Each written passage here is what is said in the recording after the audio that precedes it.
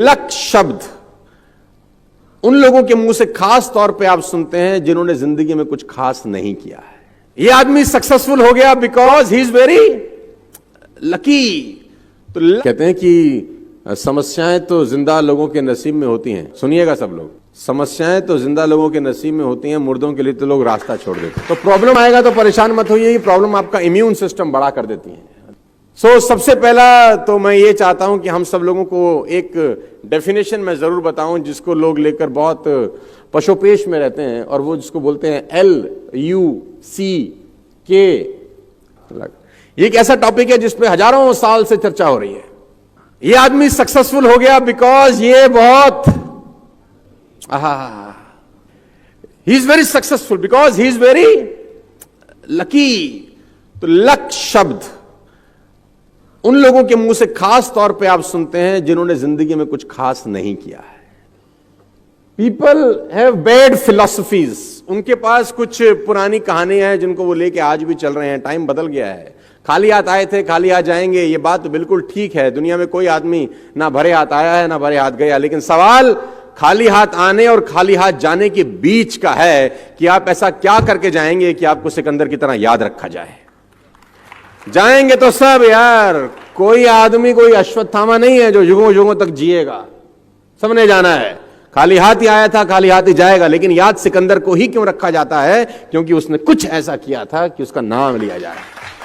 तो हम कुछ तो ऐसा करें कि हमारा नाम लिया जाए मरने के बाद। और सवाल तो यह है कि जिंदा भी लोगों का नाम नहीं लिया जा रहा, क्योंकि ऐसा कुछ उन्होंने किया नहीं। तो what is luck all about?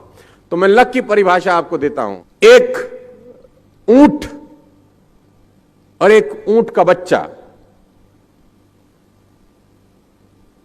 चिड़ियाघर में, ऊंटनी का जो बच्चा वो अपनी मां ऊंटनी से एक सवाल पूछता है। उसने अपनी मां से पूछा कि माता, ये हमारे पीठ पे कुबड़ क्यों होता है? कुबड़ समझते हैं ना आप? ऊंट की पीठ पे रहता है वो। तो ऊंटनी का बच्चा ने पूछा कि मां, हमारी पीठ पे कुबड़ क्यों होता है? तो मां ने जवाब दिया, बेटा रेगिस्तान में कभी कभी पानी नहीं मिलता बहुत समय तक, तो पानी स्टोर करने के लिए नेचर ने हमको ये कुबड़ दिया है कि हम पानी बहुत सारा एक साथ ड्रिंक कर सकते हैं, इसको सेफ सिक्योर कर सकते हैं। अगर हमें बहुत दिन तक पानी ना मिले तो अंदर का वाटर से हम लोग अपनी लाइफ को मेंटेन कर सके। तो उस बेटे को बात समझ में आ गई, उसने कहा वेरी गुड। तो उसने बोला, मां, हमारे ये पैर इतने बड़े बड़े क्यों हैं? ये पंजे हमारे इतने बड़े बड़े क्यों होते हैं? तो उसकी मां ने बोला, बेटा रेगिस्तान बहुत लंबा होता है, तो दूर तक जाना होता है, तो दूर तक जाने के लिए ईश्वर ने हमको बड़ा पंजा दिया है, बड़े पैर दिए हैं।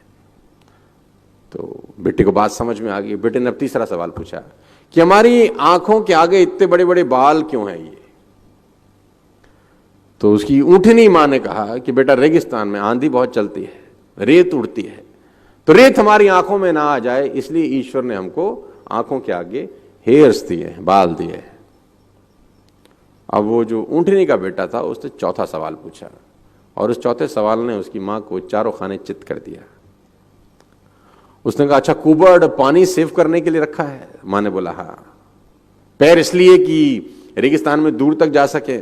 मां ने बोला हाँ। आंखों के ऊपर बाल इसलिए कि आंखों में धूल ना आए, रेत ना आए? मां ने बोला हाँ।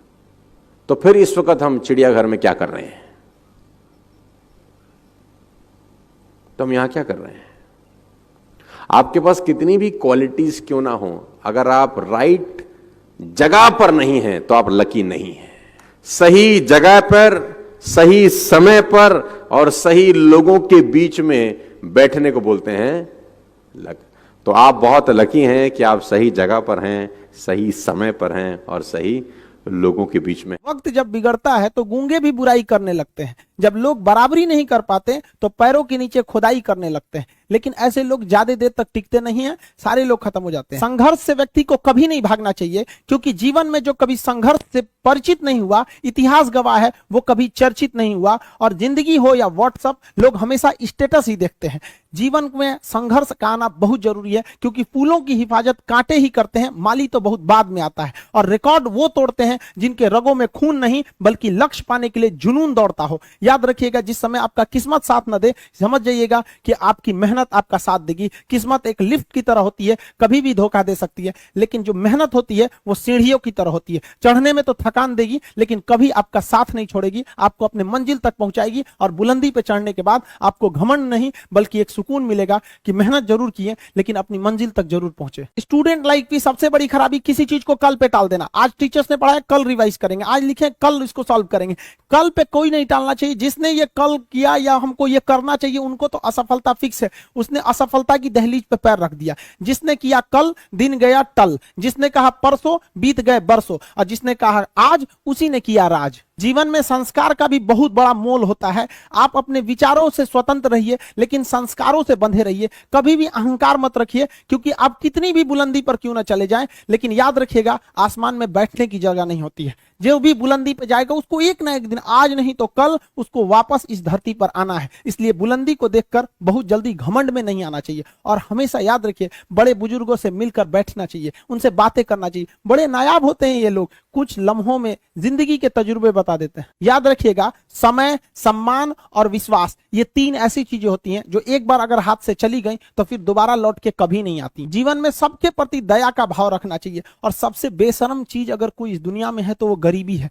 कमबख्त उम्र का भी ख्याल नहीं रखती है। और किसी के वक्त का मजाक मत उड़ाइएगा जनाब, ये वक्त है, सबके चेहरे याद रखता है। सबके प्रति दया और आदर की भावना रखिएगा। कभी जानवर मिले तो उनके लिए भी 2 रोटी निकाल लीजिएगा, क्योंकि जनाब इन्हें नहीं पता है कि खाने के लिए पैसे देने पड़ते हैं। आप जिस समय कंफर्टेबल हैं उस समय उठिए, लेकिन हाँ एक बात जरूर याद रखिएगा, जितना जल्दी उठेंगे उतना ज्यादा आपके पास वर्क टाइम ज्यादा रहेगा। अब देर से सो के उठेंगे तो आप एक अच्छा सा वर्किंग टाइम को गंवा चुके रहेंगे। तो एटलीस्ट कोशिश कीजिए कि भाई बहुत से बहुत तो 6-7 के बीच में उठ ही जाइए। और पहले उठते हैं तो ये अच्छी बात है, लेकिन ऐसा नहीं है कि जो पहले नहीं उठते हैं उनके लिए बहुत गलत बात।